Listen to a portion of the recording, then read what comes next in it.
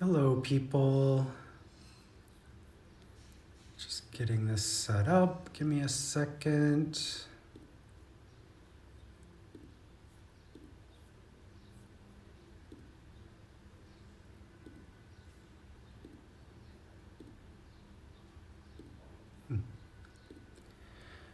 All right.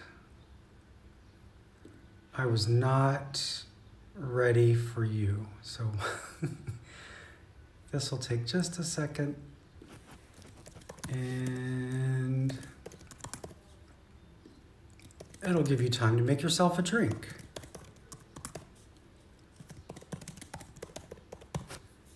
All right.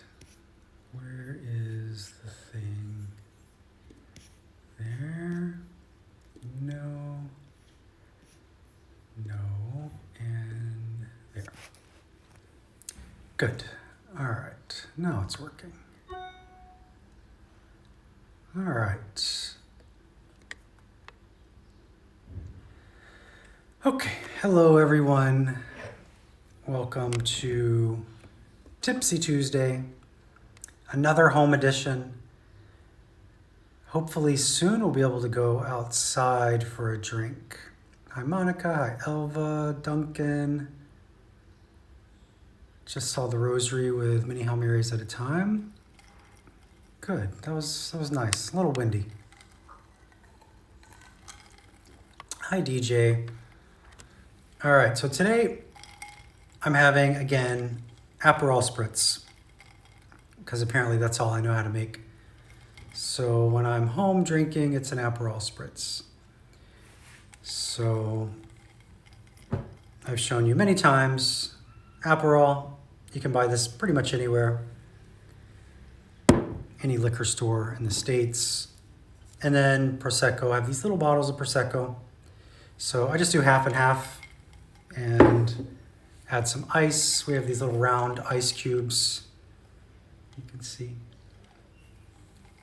So it looks pretty. And then some people put like a splash of soda water or something, but I don't do that. I don't know what the point is. So,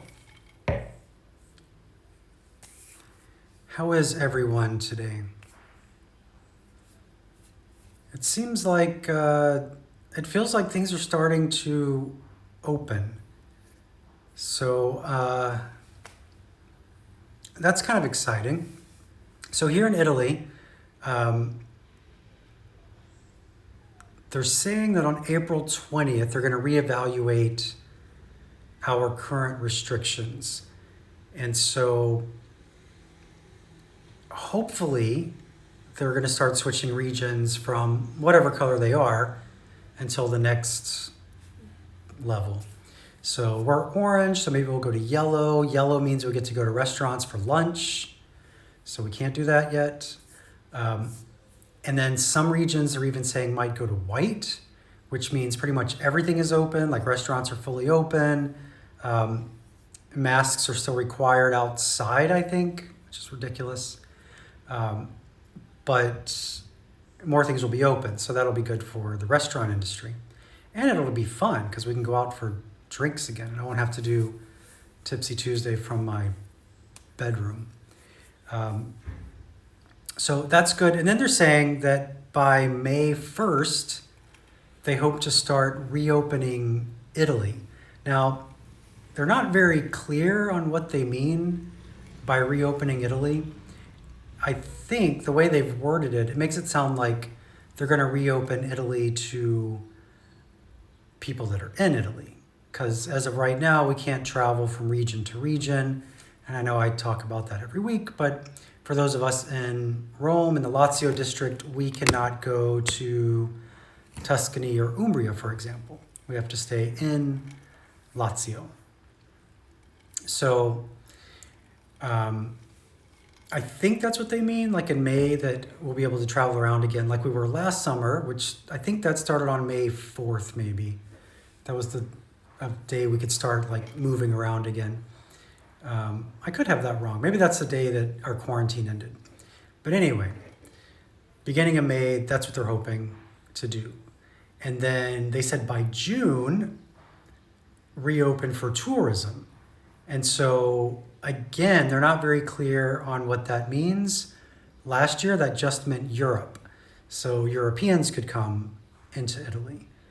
Um, so we'll see if that happens and if that's what it means and if all goes well. Hopefully, then after that, Americans. So there are a few, I see somebody just posted this, Daniela just posted this, COVID-free flight or train. I can't see the article because I'm not going to open it while I'm talking. But they do have some COVID-free flights from America to Italy. And that's kind of confusing too because it's not for tourists. It's for like people coming back to Italy for like to be reunited with family or for valid travel reasons, like if you were coming for school or work, then you could take one of these COVID-free flights and then you don't have to self-quarantine when you arrive. Like some countries, the government forces you to quarantine. You have to pay for a hotel for like 2 weeks. Some places it's 3 weeks. And you can't do anything. You have to stay in your room. I think they allow like a few minutes a day for fresh air where you can like go outside, but it's all monitored. Here they don't do that. Here it's self-quarantine. So you just tell them, like at the airport, you're staying at this place and you're gonna go there and not leave. And I guess technically they could check up on you. I don't know that they do that. So the idea is that you go to your home or to an apartment you've rented. There really aren't any hotels open, maybe a few. And then you stay there for 2 weeks and then it's safe for you to go out. But with the COVID-free flights, you test, I think it's 72 hours before. Then when you land, I think you test again at the airport. So I know there's one from Atlanta to Rome, and I think there's now one from either Newark or JFK to Milan. And it's the same concept. You test before you leave, you test when you arrive, and then you don't have to quarantine. But again, those are not for tourists. Those are for people with valid reasons. And I guess eventually they could become tourist flights, hopefully. And then the other news is that Israel just announced that it's not 100% yet, but the government is planning to reopen to groups only, so only groups on May 23rd. So the end of May, beginning of June. And for that, you're required, again, you have to be with a group, so you can't be traveling as an individual. And I don't even know, Danielle was talking about the trains, COVID-free trains. Yeah, they did something like that last year, I think, between Rome and Naples, where you have to test to get on a train, and only if you pass the test can you get on the train. So I'm expecting we're to see a lot of that. So back to Israel. So for Israel, the way they're planning to reopen, again, only for groups, you have to test negative 72 hours before the flight. When you land in Israel, you have to show proof of your vaccination. And then you also have to take another test negative, of course. And to make sure that people aren't lying about being vaccinated, they're also doing a blood test. So that's new. This is the first I've heard of somebody doing that. But those vaccination cards in America, it's just like a little white piece of paper. In Canada, they're blue and yellow, so they're different everywhere. And they're probably pretty easy to fake, I guess, if they're not, there's not like a worldwide healthcare system where they can check everybody. So I guess they have to go on people's word, and that paper is kind of their word. But Israel's going to require a blood test on arrival. And so I'm interested to see what people think about that. Because I know, first of all, I know there's some people that they're refusing to get vaccinated. They don't want that. So obviously they're not going to be a part of the blood test. But I've already heard from some people that are vaccinated. They said the testing is fine, like the nose test, having the vaccination thing is fine, but I don't also want to do a blood test in another country. So I get where Israel's coming from. They want to, I mean, they're very much a self-contained country. You know, it's not easy to cross borders there. So they're trying to protect their people, but it seems a little invasive, right? I don't know. I'm kind of curious to see how that goes. I mean, it's their country. They can do whatever they want. But if you already test negative before you get there, test negative again when you arrive, you can show that you've been vaccinated, but then you also have to have a blood test. Also, that seems like it's a really long arrival process. If you've ever been to Tel Aviv, well, there's no tourists now, but so it probably wouldn't be that long. But in normal times, it can take like an hour. Some people have had to wait 2 hours just to go through passport control because they're very thorough. They ask you a lot of questions and make sure you're not there to blow them up. So I imagine adding a blood test into that, that's going to really slow things down even more. So I've asked on Facebook and Twitter what people think. So I'm interested to see what all of you think about a blood test. Would you do that? And I kind of need to know too, because I want to start doing pilgrimages again. And if Israel is leading the way in opening, it's possible other people will do that well. Speaking of Israel, here's my guide, Shafiq. I just talked to Shafiq, good friend, my guide in the Holy Land. So we were just talking about coming back. So, but yeah, for me to go to Israel now, like I think they're only opening for Americans maybe. Like I don't think Canada's included. I'm sure Italy's not included. So if I wanted to take a group to Israel right now, I would have to go to the US, then to Tel Aviv, and then after the trip, back to the US, and then back to Italy. And like, especially right now, that's not easy to do. So just with the requirements of going to the US, the requirements of coming into Italy, and then, I don't know, so I'm anxious to see like what people think about it. I know Monica's saying, yeah, if that's what it takes, we'll do it.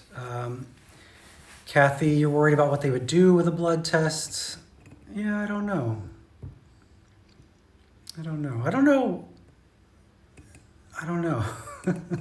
If that's a requirement, Deb would have no problem with it. I think a lot of people are going to be okay with it, and a lot of people are going to say, no way. Like I said, I've already had people that are vaccinated, they're fine. Showing that they're vaccinated, they're fine. Doing the nasal swab, but they don't want a blood test. So, yeah, if other countries do that, I think travel is going to be a lot different for a while as things start to slowly reopen.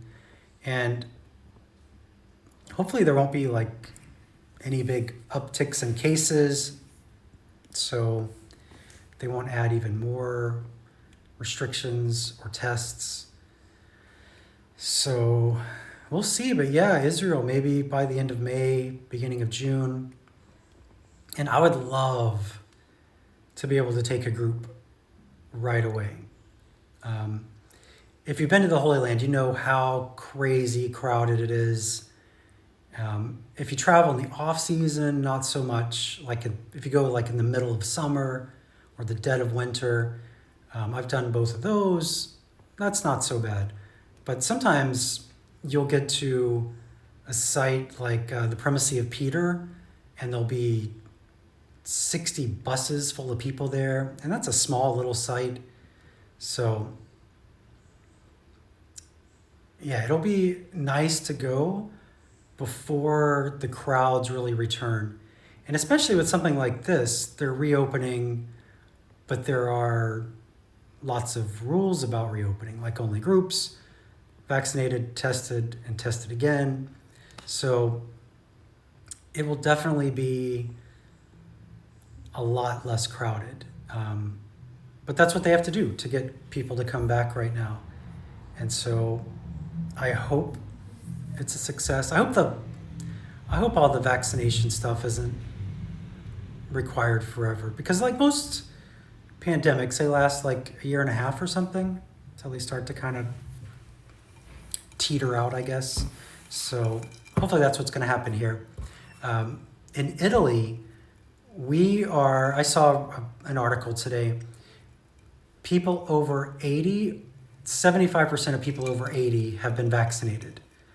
So that's where Italy is with vaccines. So for the younger crowd, it's going to be a while. They're still saying March of next year is when everybody would be vaccinated.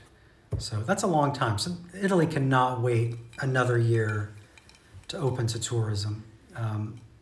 Otherwise, whenever they do open, all that's going to be here is like McDonald's, because there's no way the restaurants will survive.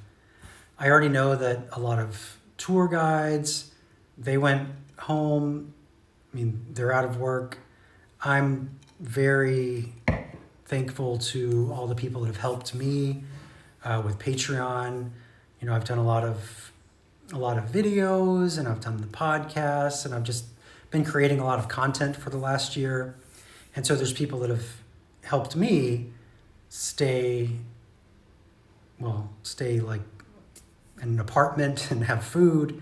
So, but a lot of people are not so lucky to have such wonderful people following them. So a lot of people that were tour guides here, they've had to go home, and who knows if they'll be able to come back. Like maybe they have to do something else. Oh, I love you too, Irene. Thank you. So yeah, if Italy doesn't open before they're all vaccinated, then it's going to be really strange here once they do. The restaurant across from me, that I take a lot of my groups there. A lot of pilgrimage groups go there because it's popular with bishops and cardinals and priests. But they don't get a lot of like Romans. They get some for lunch, but not a lot for dinner. But they were only open for a couple months in the summer, and then they opened for a couple weeks in the winter, but that's it. So they've pretty much been closed for over a year now. And it's just, there's 2 waiters, 1 cook, and then the owner. That's it. So there's 4 people, and they've been out of work all this time. And there's so many restaurants. There's one that's below me that it really just caters to tourists. I've actually never been. I don't know how good it is.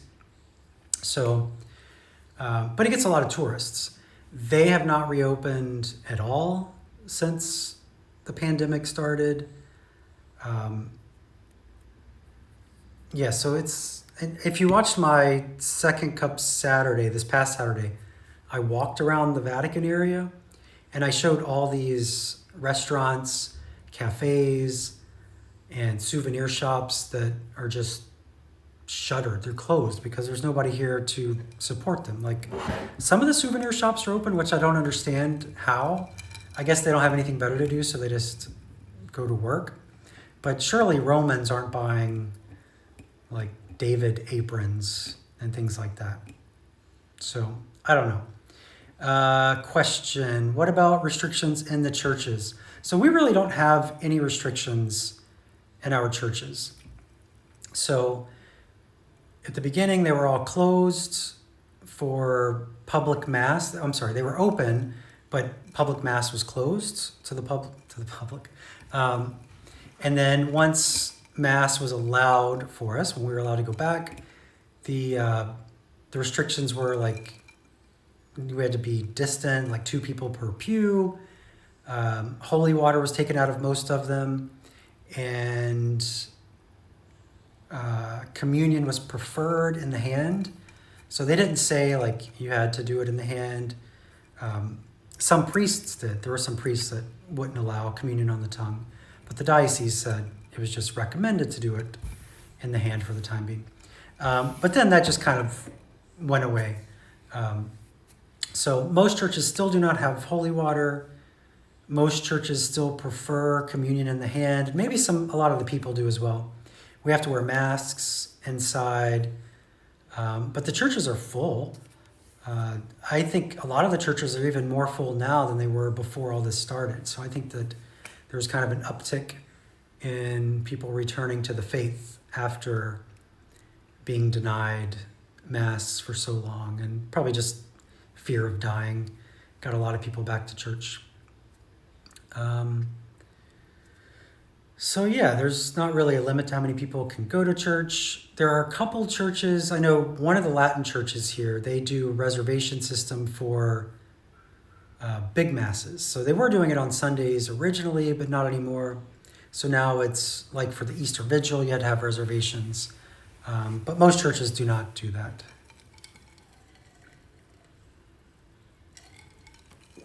What else? What other questions do you have? Lynn says, scheduled for September to come to Italy. Is that what you're saying? I really hope that Italy is open by September. If they're planning to reopen to Italians in May and maybe Europeans by June, I don't see how they completely miss another season of American visitors. So surely by September. Are we able to go to confession, DJ? Yes. Yeah, we can go to confession. And even like as soon as we were allowed to go back out and to churches, like we just go to the little confessionals that Italy has. So they're tiny little wooden boxes. You know, the person before you was in there and like breathing out all their sins and viruses, and then you come right in after them. So yeah, I think there's one church or a couple churches that have kind of moved confession to a side chapel, but most of them it's just in the little wooden boxes. So yeah, we're able to go to confession. Like I said, everything with churches is pretty much normal except people wearing masks. That's not really normal. Patricia says, heard that priests can be arrested in Ireland. Yeah, Ireland is going through a really hard time right now, like with mass being basically illegal. There were a couple incidences here in Italy right after mass was closed to the public last year. Like some police showed up at a church and made everybody leave. But I don't know of any priests that were arrested. Snowing where Gloria is. I wish it would snow here. We had some rain today and some rainbows. I'm having an Aperol Spritz, if you missed that at the beginning. My usual Tipsy Tuesday from home drink. What else? I know I've been talking about Oberammergau. So I keep saying like I'm almost ready to advertise the Oberammergau trips, but I'm almost ready to advertise the Oberammergau trips. The dates that we had set for 2020, they've mostly carried over to 2022, but it's just a matter of getting the rest of the itinerary because I don't want to repeat the same thing. I'm doing 4 groups. So one is going to include Rome, one's going to include Vienna and Salzburg, one is going to go up into Prague and Poland. So I'm hopeful I have all the details this week. I've already paid all the deposits. Well, I had to pay the deposits in 2020, actually in 2019. Yeah, a long time ago. But you have to, for Oberammergau, I have to keep paying like deposits. So I just had to make the final deposit for a lot of them.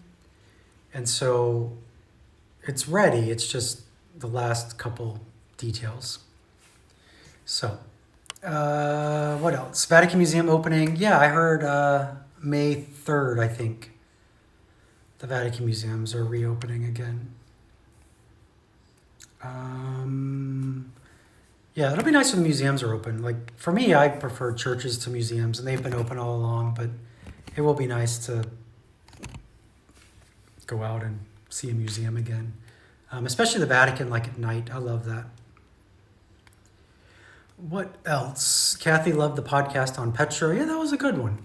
So our most recent podcast is on Petra and the Wadi Rum Desert. After the Lenten series where we talked about a different church in Rome every day, I wanted to get out of Rome and talk about something else.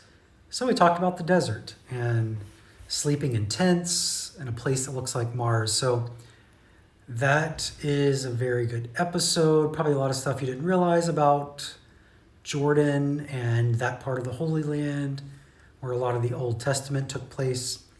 So you should definitely go listen to that. What else? Oh, Nelson, looking forward to Carbonara Night. Yeah. So if you're not a patron and you don't know about this, I do a live event that's just for patrons. Sometimes it's a walk, sometimes it's a church tour, sometimes it's a museum. But we've done a few cooking classes with my wife doing the cooking. And she makes really good carbonara, but she's not always comfortable with it because it's a very easy dish to mess up. And so she's been practicing for months, getting it perfect. And if you've been to Italy, you know the restaurant Abruzzi. It's where I take all my groups. I take all my day tours. Well, a lot of my day tours, if we go to lunch or dinner. But a lot of people, they think that Abruzzi has the best carbonara in the world. And she's perfected that recipe. So it's just like Abruzzi's carbonara. And so that is our next patron event. That's going to be this month. So on one of the upcoming Saturdays, we just have to make sure it works out for people. And those events, they're live for patrons. But then for people that sign up later, they can always go back and view the previous episodes. So they can see how to make amatriciana or cacio e pepe, or see the Vatican museums tour I did at night, kind of after hours. And what else did we do? We went to St. Mary Major, Santa Prassede, and then for Holy Thursday, we did a walk to the Altars of Repose. So that cooking class is going to be in a couple weeks, and it's going to be great, and everybody's going to love it. And she's going to be super nervous because although she's made it like 80 times in the last couple weeks, and I'm kind of getting sick of carbonara because we have it like, oh, let's have carbonara for breakfast. Let's have carbonara for lunch. Let's have a snack of carbonara. It's going to be awesome. So I know she's nervous about it though. So yeah, that's coming soon. So Nelson was asking about that. Irish misses the dark little confessionals. Well, Irish, you're just going to have to get back over to Italy. Bring all those kids. Gloria says she has to start topping up the travel fund. Yeah, it's happening soon. Explain the levels of patrons. There's a term that I don't understand. So all the patrons have access to all the stuff I do. Like almost all the content I make is free. So all the videos, all the podcasts, and that's how I've always operated. So the patrons are just kind of helping me with this mission, because if it wasn't for them, I would probably be living in Georgia right now. And I can promise you my Instagram and Facebook would not be nearly as exciting if you just saw me in Georgia.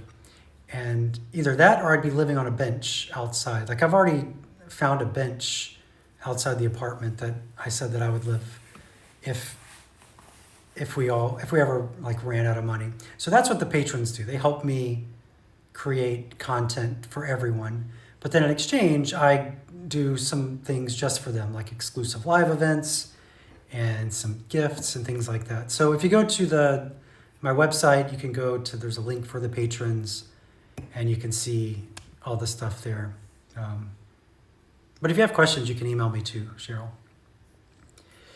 What else? Carbonara leftovers. Ooh, carbonara leftovers are not good. That does not reheat well. There's one thing that we wanted to do not long after we moved over, and we didn't, and I wish we had. But so Abruzzi, again, that's the best carbonara in the world, although Christina's is maybe a little better, and a lot cheaper because you don't have to pay restaurant prices. But when the Vatican McDonald's opened, this was maybe 3 years ago, if you've never, I know a lot of people travel and they avoid McDonald's, but if you go to McDonald's when you travel, you'll see that they have some things that are specific to that country, like certain menu items. Well, the McDonald's at the Vatican for a while had carbonara, which sounds disgusting. It looked disgusting on the menu, but I thought that it would be a lot of fun to go to Abruzzi and get carbonara to go. And this is before people did to-go food. Like now you can get to-go food anywhere. And then have Christina or something get carbonara at McDonald's, and we'd kind of time it. I would jump in a taxi and then we'd rush home and then kind of do like a side-by-side. I mean, obviously the McDonald's would be terrible, but I just thought it would make for a fun video. And we never did it, and then they stopped serving it. I guess because who's going to buy carbonara at McDonald's?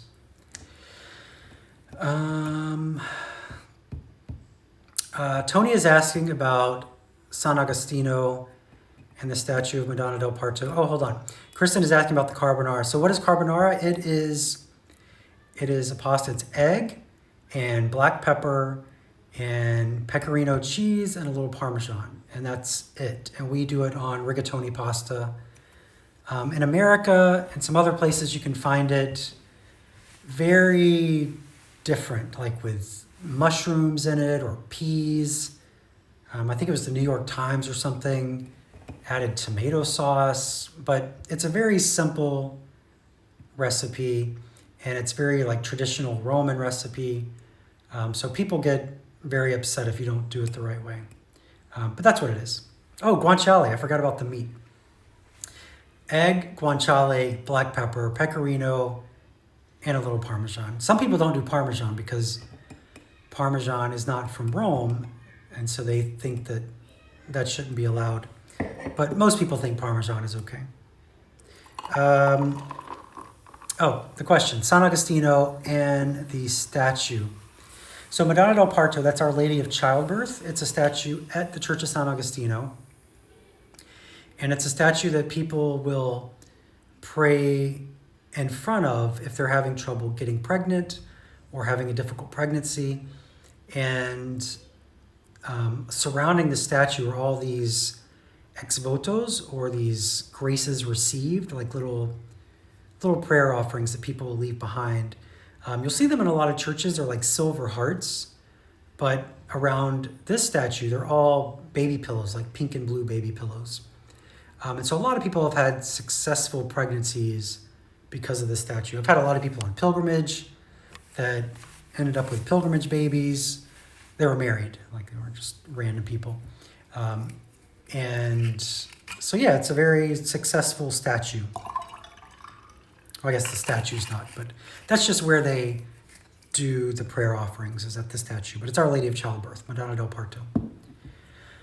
Gloria is asking, where is my TV interview? Oh, are you talking about the one that's coming up, or a previous one? Yesterday I posted a picture. So I shave every couple weeks, not all the way. Like this is the most I ever shave. And so yesterday, was it yesterday or 2 days ago? I shaved everything except I shaved here and here. I just left this like a Hulk Hogan mustache, and I did it for fun. And I just walked out and went up to one of my kids, and she's like, ah. And then Christina came home from grocery shopping or something, and she's like, ah. Anyway, I posted a picture of it, and Fu Manchu. Is it a Fu Manchu? I don't know, because I thought those were thinner. This was kind of thick. Maybe it is a Fu Manchu. I thought it was a handlebar, but apparently handlebars, I don't know. I guess I don't know enough about what all those things are called. But I'm going to start doing that a lot. Like each time I shave, I'm going to do something crazy. Anyway, I posted a picture and said that I have a TV interview coming up, so I thought I would go for a new look. That interview is next week. I think it's next week. Yeah, I've got a lot of interviews lately. So there was the Today Show, which was just like a couple seconds. I did a couple podcasts interviews, Father Leo, Katie Prejean. I did a Guadalupe radio network. I've got, what else do I have coming up? I have a TV show coming up, and I've got another radio interview. I've got another podcast interview. So I like to do stuff like that. So if you have a show or know somebody that does, I'm all for it. But anyway, Gloria's asking when that's going to happen or where it is. It's next week, I think. But I'll be sure you see it. John asks, when Italy opens, will I consider a pilgrimage that includes Florence, Venice, and Padua? I love that itinerary. I've done that one quite a few times. Most recently was 2019. We did it for the Feast of St. Anthony. So yeah, I'll do that at some point. If you want to help put one together for your parish, we can definitely do that though. So yeah, if you want to do that, just email me and we can talk about it. I'm not sure when things start opening back up. I know I'm going to do Rome. I'll do Rome and Assisi. I'll do the Holy Land as soon as I can. I would love to do it like in May or June. Oberammergau is coming, and so I have 4 of those. I want to go to Ireland. Obviously, Mass needs to be legal again in Ireland before I can go there. And then there's also talk of a Fatima to Lourdes pilgrimage. But I'm going to take things kind of slow and just see how many people are willing to travel. I know there are a lot of people that want to travel, but I have to see if it's enough to do all these trips. Probably. I think people are ready. But I know there's still a lot of people that are scared. And then again, like we talked about at the beginning, we need to see what places are going to require. So like Israel requiring a blood test. A lot of people don't want to do that. I don't think that's going to last forever. Probably just for a while. Julie asked about Monte Cassino. I've never been. I'd love to. It is in Italy. It's a little south of Rome. And I've been by there with pilgrimage groups on the way to Naples, but I've never stopped. So that's a place that I would love to go, and I would love to take people. And that's something that I'm thinking about too with future pilgrimages, maybe doing more that are more concentrated in an area. So, I already kind of do that now where we don't do like a different city every day because that's not my style. But I was thinking more of like Rome is the home base, and then we do a few side trips. So Monte Cassino would be one because it's just maybe an hour or so south of Rome. But I think I think people would like that, not having to change hotels, at least at first, like people being a little comfortable. And then for Lent next year, I'm definitely planning to do a station church pilgrimage. Had a lot of fun with the station churches, with the podcast and the video. videos, and I think that people would enjoy seeing them in person on their station days. So maybe a week in Rome where we do station churches, and then maybe a couple nights in Assisi at the beginning or at the end. So that's coming too. Oh, what about France? Yeah, I had 2 trips to France planned for 2020, and I definitely want to do those again. I just have to see what's going to happen. Like France is still, I don't know what's going on there. There's a lot of lockdowns in Paris and some other cities. So we have to see as people open up what's going to be possible. But yeah. So what else? Did I miss anything? I don't know if I missed anything. I talked to you about Holy Land opening in May, what they're requiring, vaccination, negative test before you leave, negative test when you arrive, and the blood test to show that you've been vaccinated. What else? What else did we talk about? Italy opening up April 20th. They're going to discuss when we can start to reopen. They hope by May to reopen to, I think, Italy. Kathy's asking about other regions. No, we cannot travel to other regions yet. So May, they're hoping that we can start traveling to different regions. And then June, they're saying open for tourism in June, but they're not clear if that means everyone or just Europe like they did last year. I'm thinking it's just Europe. So we'll see. Lino was talking about the Holy Land. Yeah, I was just talking to Lino right before I went on. Yeah, we were actually supposed to meet. That was like our plan for a long time, to meet up in the Holy Land once travel was allowed. But as I mentioned at the beginning, that's going to be very difficult for me right now because Israel's not open to Italy. I think they're just opening to Americans, not even Canadians, I don't think. So for me to go, I'd have to go to America, to Tel Aviv, and then from there back to America and then back into Italy. And with all the headaches involved of that, I just don't know if that's going to be possible that soon. So expensive too, all those flights. Patricia finally tried an Aperol Spritz at an Italian restaurant in Birmingham, and it was too bitter. It is kind of a bitter drink. I think what you need to do, though, is travel with me, and when we go to Assisi or we're in Rome, and we sit on a piazza at sunset, that's when you need to have the Aperol Spritz, because it's good even when it's bitter. But they're not always bitter. I mean, it's a bitter drink. So it's a bitter drink, but it's, I guess, depending on how it's made. Maybe depending on the Prosecco, too. Like, this is a extra dry Prosecco, but maybe some places use a sweeter Prosecco. So maybe it's a little sweeter. Kathleen wants to know, side altars opening at the Vatican. Nope, still closed.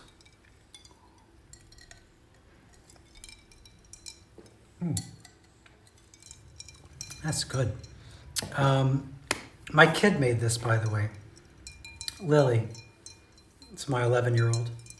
She was my bartender today because I was rushing around trying to get everything ready because I still don't have any kind of like setup to do stuff from home.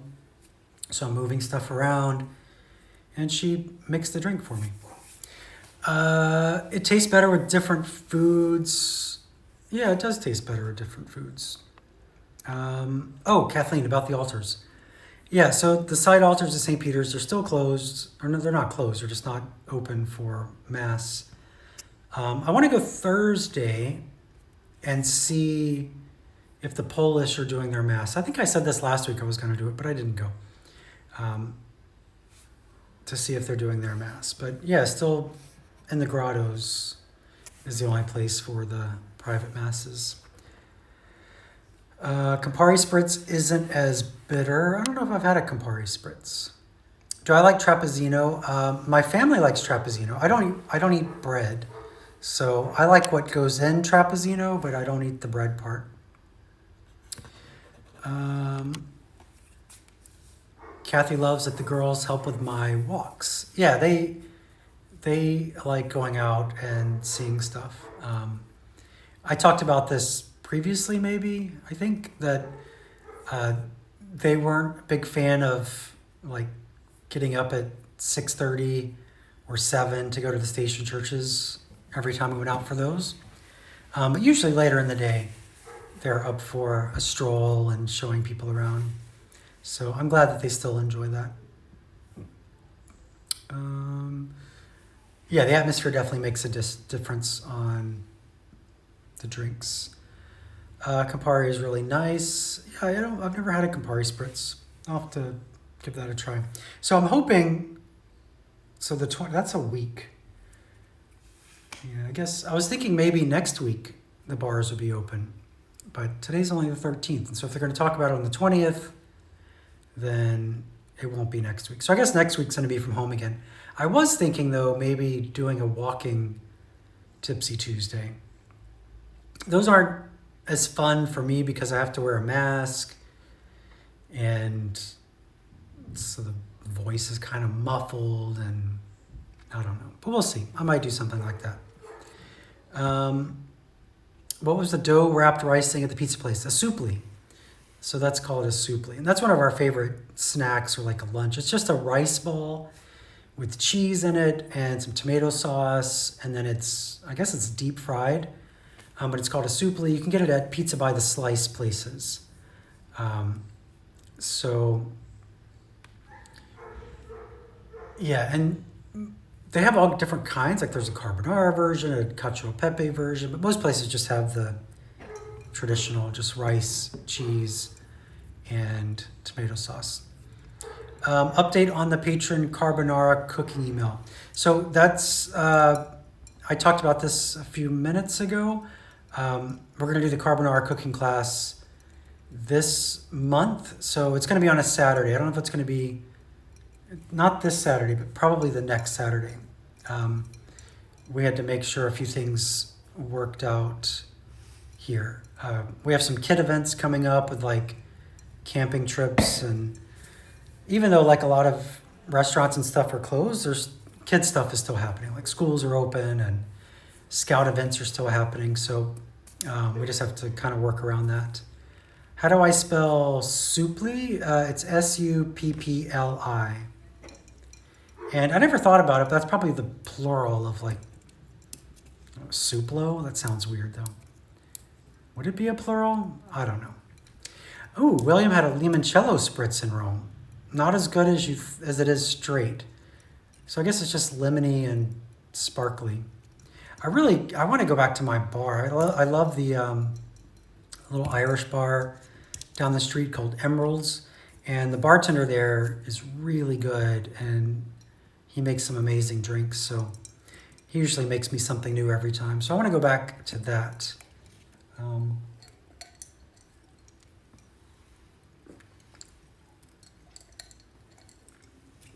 Reading your comments. What else? No plural. All are soupli. Okay, Christina corrected me. So I guess I don't have my food Italian down. So there is no suplo. But I'm going to start calling it that. When I go to the pizza place, I'm going to say, 1 suplo, please. See what they say. Okay, any other questions? Gloria substitutes tonic water with ginger ale. With your Aperol spritz? That's interesting. Gives it a little ginger flavor. Okay. All right, I'll give you a minute to see if there are any other questions, comments, concerns. I don't know what else to tell you. Just kind of talking about travel opening up because it feels like it's happening. Who would have thought it would take this long? I guess some people did. I was talking to a friend a couple weeks ago, and she's like, oh, I knew it was going to be like over a year. I was like, really? I thought it was going to be like 3 months. So what do I know? Hi, John. Is it Deacon John now. Good to see you. Monica's waiting for the travel email. I know you've been waiting forever, Monica. Don't you worry, we're going to get you back here soon. Yeah, so hopefully this week, Oberammergau information will be going out. I have 4 groups, and I think that'll be the first thing that I start to advertise. I would love to take a group to the Holy Land this summer. I just don't think that it would be possible for me. Maybe I'll plan a Holy Land trip and like all of you can go with my guide Shafiq, and I'll be there in spirit. I don't know. We'll see, because I know people want to go there. Will I head to the States ASAP? As soon as it's easy for me to get back here, I will go back to the US. Yes, because it's been too long since we've seen our parents. Christina saw her parents at Thanksgiving in 2019. I saw my parents in February of 2020. So we definitely need to get back. Plan a trip for Petra in 2022. I'm doing that. So I'm going to do a few Holy Land trips that will include 4 nights in Jordan, because I think people are going to want slightly longer pilgrimages, because it's going to be so difficult, and maybe flights are going to be more expensive, that maybe people don't want to go for just 6-7 days. They might want to go for a 10-day trip. So I'm going to do a few with Petra, and Monica is saying you can come with us. So Monica is in Texas, and we've done some trips together, and we're definitely doing a Holy Land trip that includes Petra. But I will have a few, so I'll be posting those. Actually, I talked to my Holy Land people right before this, right before I went on, about dates for late 2021 and for 2022, because I have the guide that I always use, and I want to make sure he's available. I have the hotels that I like to use. I want to make sure they're available. And yeah, including Jordan on a Holy Land trip, it's a completely different experience, because we start in Jordan, and it kind of gives you a chance to, I don't know, kind of adjust and adapt to such a different culture. And it's kind of more relaxed, and it's not as emotional. I mean, a lot of people are very emotional in the Holy Land, going to where Jesus walked. So when you're in Jordan, there's some biblical stuff that happened there, and we have Mass every day. So you're starting to get into that pilgrimage zone, but you're not like hit with it the same way you are as when you fly into Israel and you wake up in the morning and you're on the Sea of Galilee. So Joni just commented, it's the best. It is. So yeah, I'm going to do more Holy Land trips to include Jordan. And also because I want to help out the Jordanian people, because they've been hit pretty hard too. Julie says she went to Mount Nebo. Yeah, I love going to Mount Nebo. My favorite part of going to Mount Nebo is the restaurant that we go to after Mount Nebo. I love Mount Nebo, of course. I mean, it's a very special place. But there's a restaurant in Madaba right there that is so good. They make the best food, and they have the best lemon mint drink. If you're not familiar with the lemon mint drink, it's like, oh, hi, Amanda. We're just talking about the trip that you're going to go on. The lemon mint drink is, they usually do it with crushed ice, not crushed, like slushy type ice. And then it's lemon, like it's really good lemonade, I guess. But it also is infused with mint. And it's such a good drink. There's probably some sugar in it too. But that restaurant right near Mount Nebo in Jordan, it's one of the best meals of the whole trip. And it's in this outdoor courtyard, so it's really pretty. And who was it that went there? Laura Bush. So they've had like heads of state there and people like that. But there's a picture on the wall of Laura Bush. She ate there. So, it's kind of a fancy place if, the wife of a president is going there for their lunch. And then there's also the camels, and everybody loves the camels, except me. I don't love the camels. I love seeing people ride the camels, but I don't like being on a camel.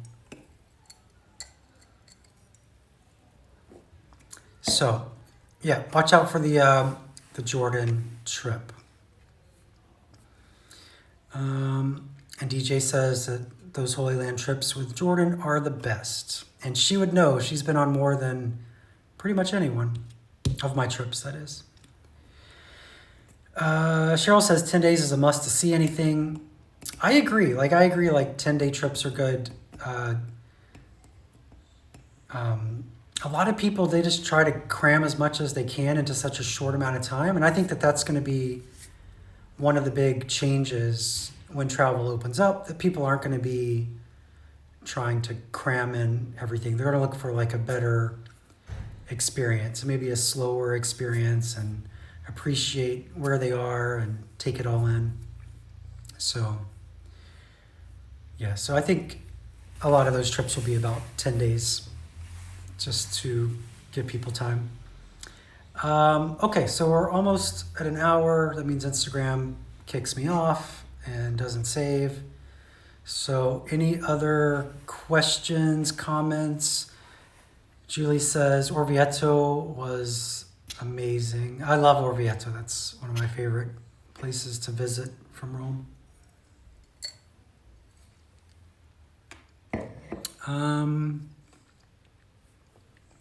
Nelson, your last trip was 10 days Vienna and Salzburg.